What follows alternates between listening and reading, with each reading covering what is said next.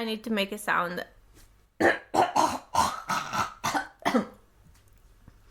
Sound over. Ladies and gentlemen, welcome back to the Cringy Movie Collection Podcast. It's me, Raf, and with me is Ludo as always. Hey guys, we're gonna talk about a novel movie. Prepare to be cringed. To be cringed? Yes. As in we cringe you? Yes, we're gonna cringe you. It's like you're like bending, like you inflict cringe upon them by cringe it real good. Oh no. What is the movie? It's called Johnny English. Right. It's from 2003, directed by Peter Howitt. And with Mr. Bean. Yes, with Rowan Atkinson, who is perhaps most famous for playing Mr. Bean. Did he have a yellow car? Did he have a yellow car? Mr. Bean? Yes. He had some kind of Mini. Okay. And he would lock it with a padlock. Instead of with a regular car lock. Nice.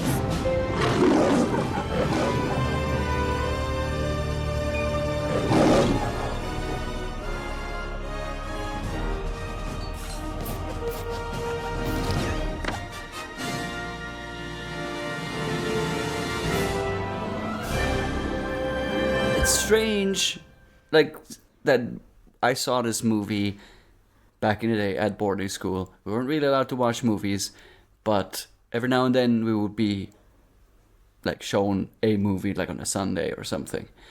And usually it would be like basically a religious thing, like something to reinforce the values that you're taught at crazy conservative boarding school. Oh, so I see the point of this movie. You want to explain to me why we watched? Because I thought it was weird that we were shown this movie. Because, like, they were... Maybe they think... No, maybe they're suspicious because we keep just making them watch religious movie, and they think that what's out there, it's some sort of forbidden, super nice, juicy fruit. Let's show them this movie. Show them bad then movies. They will be happy about the religious ones. I don't know, because I really liked this movie when I was a teenager, and I only got the DVD later because I liked it. Yes, you paid it was for worth it? money to me apparently. I gotta say, this was one of the movies where like my mom would go like, "This is such a stupid, like, how can you enjoy this?" And rightly so. And as a kid, I was like, "You just don't understand, Mom." But it's one of those movies where when you grow up, you kind of understand like what the problem was.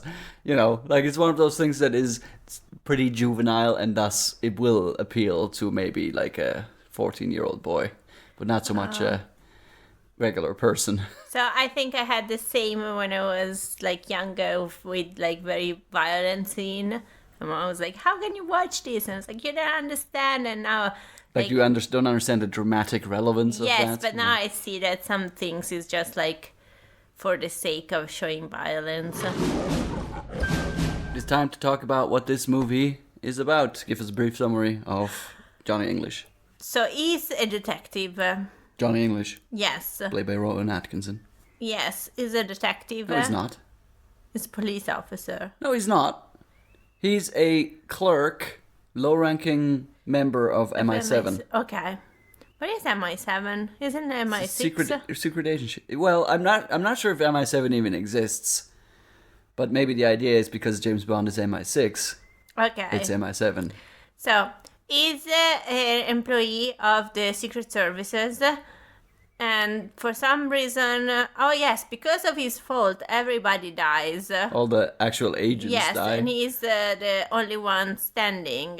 He and Pegasus, because like Pegasus is like M from the James Bond franchise. It's like the leader of MI7. Yeah. He arrives at the event where all the agents are gathered, and Johnny And English sees is that the guy is already messed up and got everybody killed. Yeah. And what does he do then? He just gave him complete reign of the mission. because he was the only person who was left.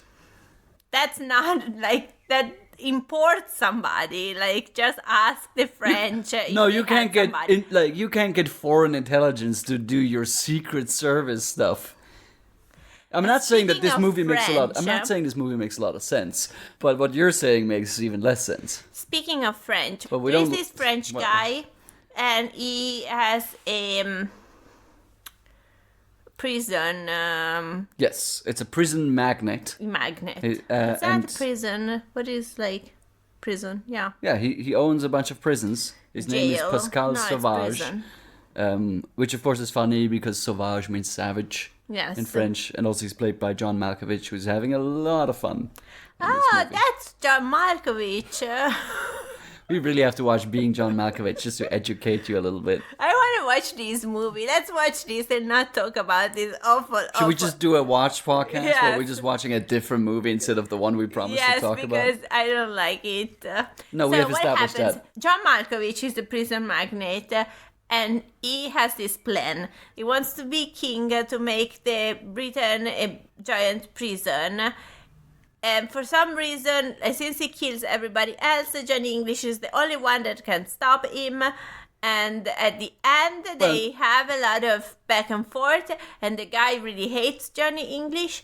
And what happens is that Johnny English managed to be crowned instead of Accidentally. him. Yes. Yeah.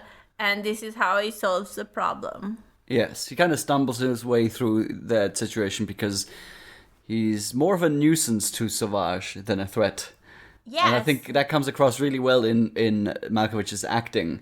Like Yeah. he's sometimes almost a little amused at the show. Yes. But then he's also like getting annoyed because like it's not like he's not going to get through with his plan, but it's just getting held up.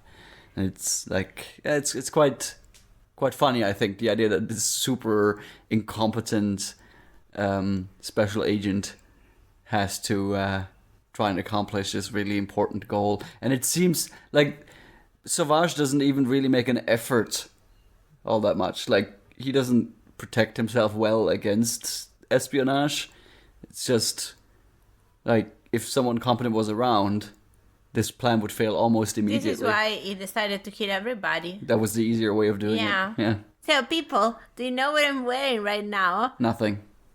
But also, me undies. That is a contradiction. I am. Well, you said nothing. Yeah, but you said also. Acknowledging that what I said was Well, also. I'm wearing applicable. nothing, and then I put on clothes, so I wear nothing and clothes. So in a way, under your underwear, you wear nothing. Yeah, exactly. Okay. And me undies, it's even in this heat, it's the softest fabric known to man. What is the maximum temperature? You know, because unlike a lot of cleaning utensils, like cleaning agents and food, and it would say don't, keep this in more than 20 degrees. What's the maximum temperature that you can store MeUndies at? No, there is no limit because they make you so hot by wearing Oh my them. god, supernova, like in Fantastic Yes. Four. Rowan Atkinson, obviously, is kind of the vehicle of this movie. And Rowan Atkinson is most famous for Mr. Bean. And I think there's a lot of his kind of, comical sensibilities in here, where there's a lot of physical, kind of facial expressions, things like that. And I know you have something to say about his facial expressions. He's creepy. He's creepy. Why his face moves so much? You think it's What is creepy it that he has a made lot of of? range in his face? Yeah, like because it feels like he has some kind of props in his cheeks or somewhere that he can move. So like some with chewing gum? with a little remote controller, gesturing like again? Yeah, he has a lot of control over his face, and he's doing grimaces. Yes, and this is creepy. Okay.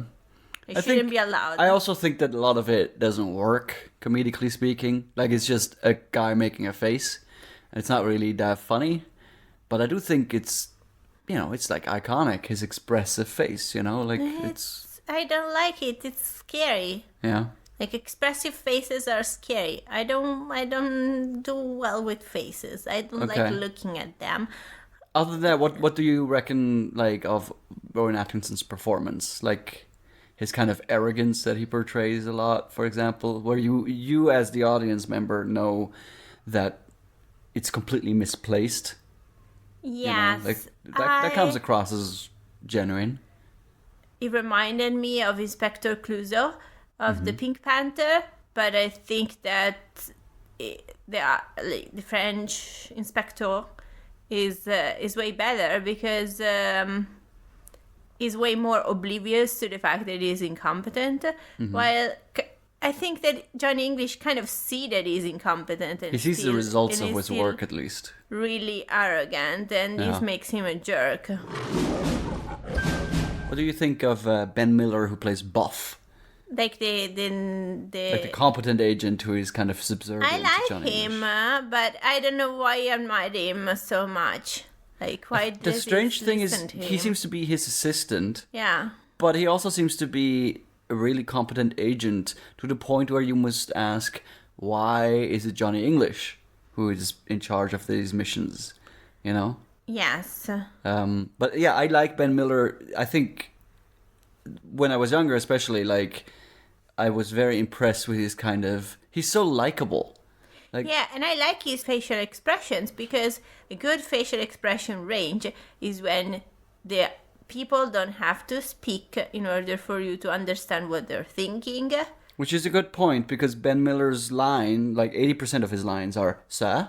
Yeah, Like, exactly. and he only says that, and then everything else is, like, physical. Yes, but it doesn't do like it over the Yeah. top like Mr. Bean, and Yeah. so it's not creepy. And it also seems slightly more realistic in terms of how people actually behave. Yeah, and this is make it funnier because it could be true. But here's the thing. We also have John Malkovich, I like him who's the over the best. top and not realistic either. Yes, But he's so not much fun. creepy. Like this is one of those situations where you can tell that the actor is having fun, Yeah. and it translates to you enjoying the performance. It's a lot like Matthew McConaughey in Reign of Fire, where it's like he's just having great fun on set, or like that one Nazi in Raiders of the Lost Ark who giggles all the time. It's like, yeah, this guy is just doing exactly what he likes with it, and I think it helps you also overlook a little bit kind of the silliness of like this, like the how stupid this story is. Like, okay, Pascal Sauvage is French, and when he arranges for his own coronation, they have like the French national anthem playing in the streets of London, and it's like it's so Isn't over this the like top. the TV? Yes. Wasn't it the TV like playing the national? Like, French Well, it doesn't make a national? difference. I think it's something that would like three guys would do. like, Sure, to but it gain- doesn't make a difference. Like, the Shit. point is, there's French flags and everything. Yeah. Like, it's like... Because obviously, at its core, this is a plot about the usurpation of the English monarchy by the French. And it's like... It's not... There's no, like, layer to that. It's just... On its surface, it is that. So, it's almost like they're celebrating this knowingly. Like, all the British... are like, yay, to hail to our French king now, you know, that kind of thing. Yeah. And obviously, John Malkovich is the most intense French accent you can imagine. So, like, it's just, it's so ridiculous, but because the guy doing it is having fun, you can go along with it a little bit better, whereas Rowan Atkinson is being too professional about it almost. Like, he becomes John English in a way. Maybe it's better acting, but it's less fun. Yeah, it's more unnerving. Yeah. Because I think that this could be a point with this kind of comedy in which if the character would exist in real life, you wouldn't find him fun. You would find him like... Yeah, it's like a Donald Trump unnerving, kind of person. Yeah. That would be funny if it was made up. You also want the people that are portraying them to acknowledge that. Yeah. So this Did is... you feel like you're watching an actor having fun Yes, rather than a terrible character? Yes. Yeah. Okay, you got anything to say about Natalia Imbruglia? I don't. We don't have Natalie to. Imbruglia. Yeah, she plays the female, the French Secret Service agent, I think. Yeah. Oh no, it's Interpol, I think. Interpol. Okay. So she's the female token I was like, what we need to finish this movie, let's get a hot chick, and they got her, and... I mean, you need that because it's James Bond persiflage, so you need the Bond girl, right? Okay. Obviously, this is a James Bond parody, maybe a pastiche here and there, but really it's making fun of a lot of these tropes. And we can we could start with the love interest thing. It's like these women fall for no reason. It's all but you have to tell me all the time when something is an homage to James Bond, because I've never seen a James Bond movie. You've never seen a James Bond movie. We're watching a parody of it. It's a little weird, but it's like it's the same experience as with zombie movies, I guess. Yes. Where you only watched Shaun of the Dead of all movies. But so we can go through a few things, and you know, like the love interest thing. I think it works as a comment on it, because in this movie, in Johnny English, she goes like, "Oh, I've started having feelings for you," and then she goes like, "I just wanted to smack you in the face," was the feeling that I had for you. Yeah. But then she's like into him anyway. Yeah. You know, like I think it works to say like, you know, like why would she talk like that to someone she just met? Yeah. And I heard that James Bond is really not very respectful of women. I always feel like to say, "Oh, this is not how you treat women," sounds sexist to me. Obviously, if we're talking about intimacy and being sexually interested in someone, like obviously oftentimes it's women who get treated the worst. So yeah, I don't think James Bond would be a place to look for inspiration in that respect. But then you have also other things like the gadget. Like, I would be interested to know, like, gadgets are a big part of the James Bond franchise, and I'm sure you know that without ever having seen a movie. I know of Inspector Gadget. Is this also a James Bond parody? That might be some, you know, inspiration there. No, but like, there's this scene in early on in the movie where he gets this pen. Yes, the pen. But you know, like he gets his pen and it's a knockout pen where you click it a certain way and it shoots a dart and whatever. That scene is kind of funny because it shoots a dart and then it kills people and it has to pretend that everything is okay. He doesn't kill people. He injures this lady because she comes back later in a wheelchair. In a wheelchair. I think that's the problem with that. Is like it works if it was just that, but they go back to it like at least twice, if not 3 times. Yeah. No, but like what I mean is, this is a nod to the gadgets, and you do it in the incompetent way because that's the Johnny English way. Mm-hmm. But you're not, if you haven't seen James Bond, you're not confused about that. Yeah. Same with the car, which has rockets. Yes, it has a lot of, everything has many buttons. Yeah. Another thing about James Bond, obviously, is Britishness. I think that also comes across in this, but again, in this weird France is taking over Britain way. Yes. Which I think, you know, like I chose this movie because I chose it to watch now because of the coronation that recently happened. I thought it was topical. Yes, now we have a king. There's a whole thing about the world. He's not the king of the world. That's Jack. Do you think that the coronation scene was accurate? I don't think so. We should probably explain what actually happens. So, the coronation is that the Archbishop of Canterbury first has to anoint the person with some oil, and then he gives there is like a robe and a globe and a scepter, and then there is the crown. We do all of these steps. And for reasons that are kind of difficult to explain, if you haven't seen the movie, there's a bit of a commotion. And just as the crown is being put upon Pascal Sauvage's head, Johnny English falls from the sky onto the throne, kind of kicks off Pascal, and the Archbishop of Canterbury just kind of puts the crown on Johnny English's head.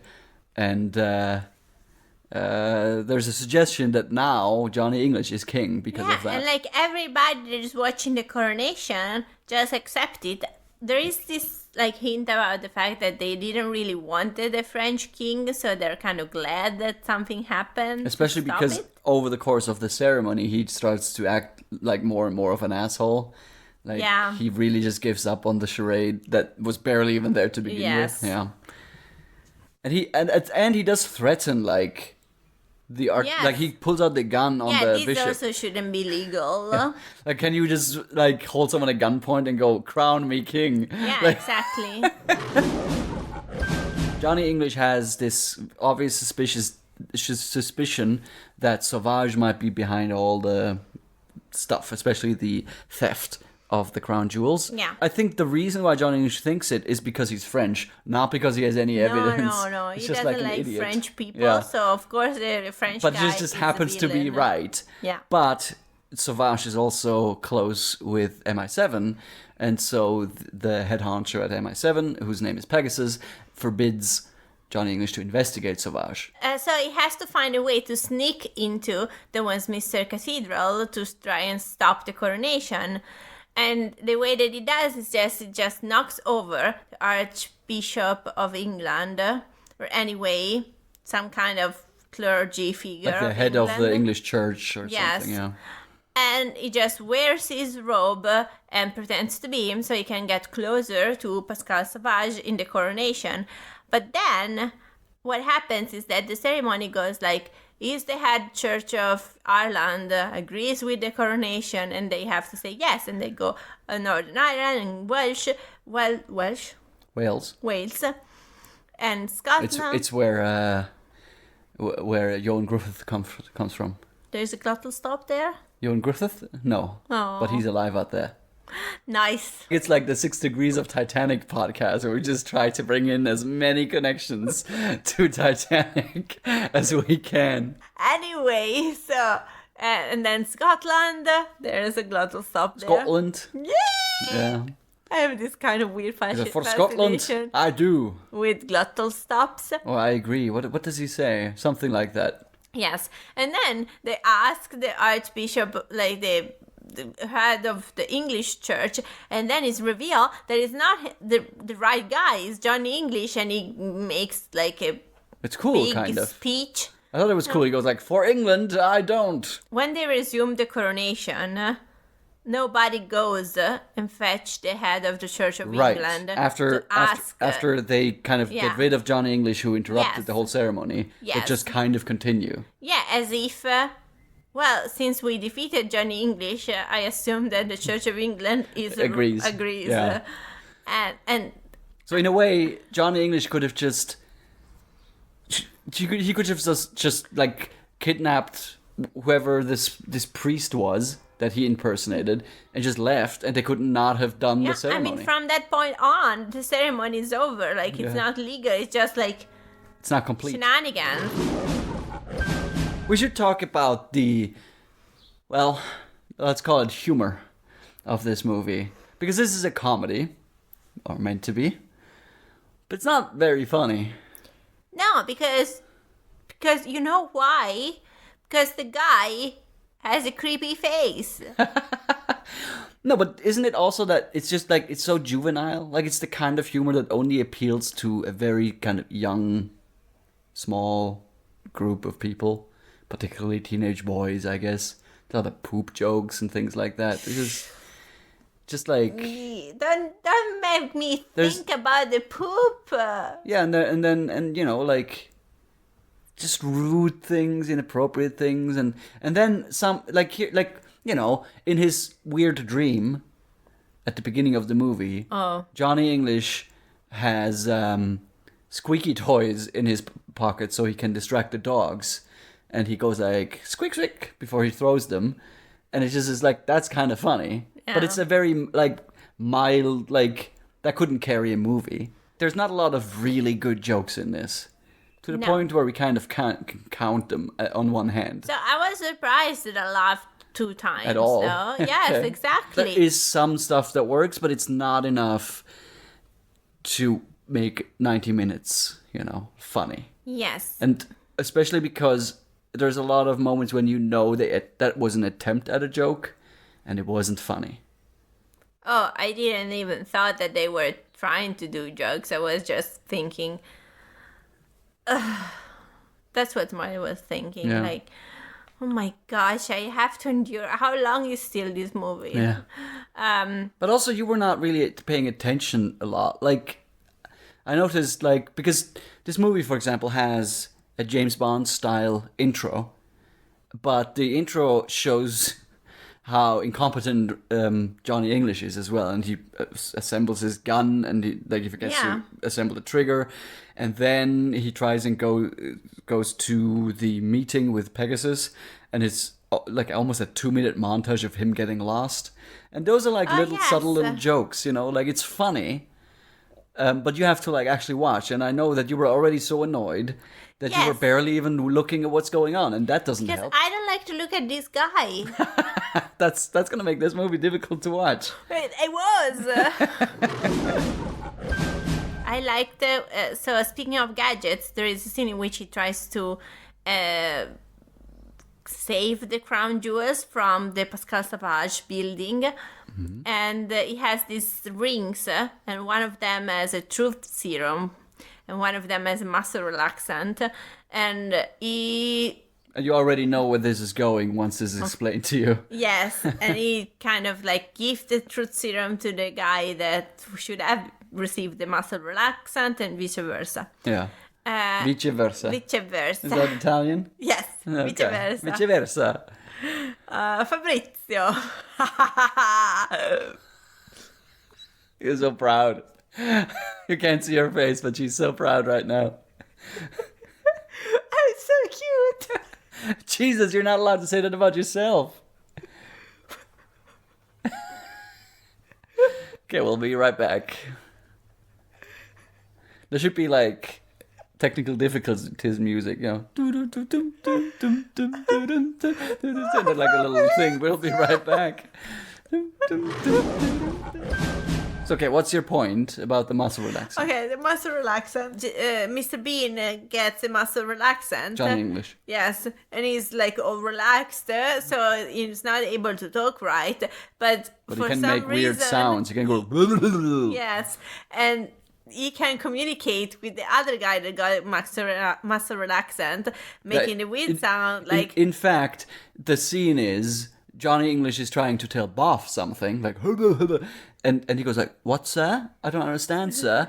And then the other guy like interjects. He goes, blah, blah, blah. "Don't you get it?" And it's very nice and physical. Yes, it's good. That was okay. That's a good I like joke. it, and I laughed.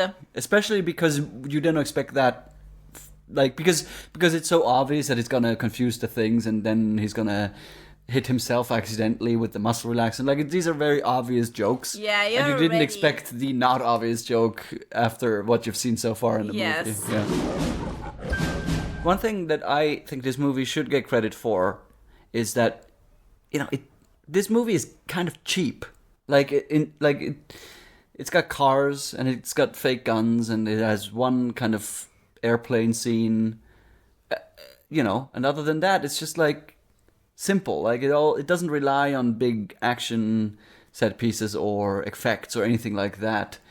And so when I saw this as a kid, it kind of inspired me to make my own little like parodies of things, because I would watch movies and I would think that's so silly, and you'd have ideas of how to make a funny version of that. And this movie really made me feel like I could do it, you know? Yeah, because since they produced it. No, because this movie came around at the same time that like digital cameras became widely available, so it was easy to get your hands on a camera, and so I would, with my friends, we would like make little action films and things like that. None of it is good, but we were having fun doing it, and I think if a movie can at least inspire you to kind of follow like a hobby that brings you joy beyond the movie itself, I think that's an achievement. Let's start with the easy one. What do you absolutely hate about this movie? The poop. The poop? Yeah. It's the same for me. I think there's a whole extended sequence that's basically too long. One giant shit joke. And it wasn't even all that funny to begin with, but it would work as a little of a shock moment or something. But he crawls through shit, and like his gun poops in the end, no. and it's just gross. And kind of like remove this from awful. my memory, Yeah. the gun part. I was like, If you look away from the microphone, no one will know what you're saying. that's too much. It's too much poop, and I'm constipated. It's awful. But there's also like, there's many just awful. Like there's also the sequence where he jumps on the grave, which is so cringy. That's and then he pretends to be like mentally ill. Yeah. Like so that sequence is awful because it's so obvious to the audience that he mistook the casket because the bad guys are smuggling the crown jewels in a casket, but he ends up following the wrong hearse and he just crashes a funeral. And it's funny a little bit at the very beginning, but then he just goes overboard. It's just so much. And it's like he's using like this Hitchcock concept of suspense where the point is that the audience knows that there's a bomb under the table, but the characters don't know. And that's how you get anxious. But this is not suspense. This is cringe. Exactly. They kind of applied that concept to comedy. And I feel like it does not work at all. Yeah. It's horrific. Yeah. What do you absolutely love about this movie? So, another joke that I like was my favorite joke when he's running around chasing the casket. He end up being because his car got towed. Yeah. So they just take the tow truck. Yes. So to be faster, he gets in the car and his sidekick has him like suspended in the air. And then, they kind of move the crane sideways. Yeah. So that he's like flying over the second lane. Yes, and he's like waiting for the perfect moment to be let down. And when he finds the perfect moment, he's like, "Put me down, Release so the car, yeah. I can go chase them." But what's funny is that he lands on like a transporter. yes, like because another there's flat a car transporting. that has attached this transporting thing to carry around like maybe a boat or something like that. It looks like it's a car thing because there's two lanes for tires. Yeah. So it's just like a maintenance vehicle or something. Yeah. And then, so he thinks he's gonna start moving, but he starts moving without driving, and he goes in the opposite direction because he's in this other thing. And the way it's shot is really good because they find a way to put a beat in there, and the beat is when he lands, Johnny English gets knocked around because he just fell a meter or whatever it is. Yeah. So he kind of collects himself. And then he's moving. And during that time, we see suddenly the background starts moving, and then he realizes it's going on. It's like, it's well paced as a joke, a visual one. Yes, it works very well, and it was very funny. Yeah, no, that was funny too. What do you like about this movie? The music. Oh, dude, this movie has no right to have that good a soundtrack. Like, we were talking about home movies. And when you do like a project with all your friends, like there's always one guy who's way too talented to be doing this for free and just for fun, right? Like this, like it feels. You and this podcast. It feels like Edward Schirmer. I don't know how to pronounce his last name. Like, is it also Welsh? Might be. I don't know. He wrote the soundtrack to this, and he just was like, what if I made an actual, like, something you could use in a James Bond movie, rather than just a obvious parody of James Bond movie. Maybe he also had fun. I think so. But, like, and then they also have Robbie Williams doing an actual Bond song. And so they have that, and then they have this, just, like, this driving action movie score that, I listened to a lot of soundtracks, especially also at the time when these movies came out, and I was listening to James Bond music all the time, like especially the David Arnold stuff, like the Pierce Brosnan era soundtracks, and they're like really cool and like a little bit electric and stuff like that. Well, yeah, but more like the variation of that for the original stuff, because the theme from John Barry. Like it changes only very little. But then you have the general soundtrack for the film. Anyway, I think this is better than anything in the modern James Bond movie soundtracks. Like, it is just amazing for like a spy movie soundtrack. I love it. You know what else, what other movie I think the soundtrack is better than the movie itself, but it's an unpopular opinion? Star Wars. No, the movie is amazing. Music is better. everything. A lot of is John good in this Williams movie. things are like almost too good for the movie. But that I they're don't in. think that this soundtrack is from John Williams, actually. I'm pretty sure it's not. I think Lord of the Rings has a better soundtrack. Do you think the soundtrack of Lord of the Rings is better in the movie? Yeah. I think those movies are amazing, even though they're not quite for me. And I could say the same thing about the music. The music is amazing. It's not quite for me, but in terms of the craft, like the interweaving of themes and the level of thought that went into it, it wasn't just like, let's have this play in the background. And now. it's really Lord of the Ringsy, because the problem is that I like the Lord of the Rings book, but I don't... The books. But I don't necessarily appreciate the movies, but I loved reading the Lord of the Rings while listening to the soundtrack. Yeah. It really fits. I think a lot of people did that in the 2000s. Well, I'm very basic. Last episode, you said, the question whether or not the movie will remain in the collection is getting a little boring because most of these movies are good enough to remain in the collection. And now the tides are changed. How about John English? It should be destroyed. The guy has a creepy face. Creepy faces must be destroyed? Yes.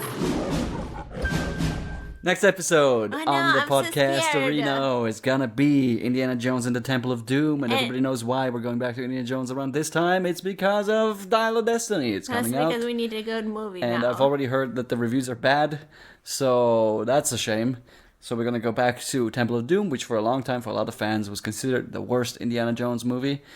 And I'm a bit scared because you tell me it's scary. I think it's quite scary because it's just like dark and sinister. I And don't like scary movies. ill-intended, it feels like it. There's well, we'll talk about it next year. It's not that I don't like scary movies, that I get scared very easily, so fingers crossed.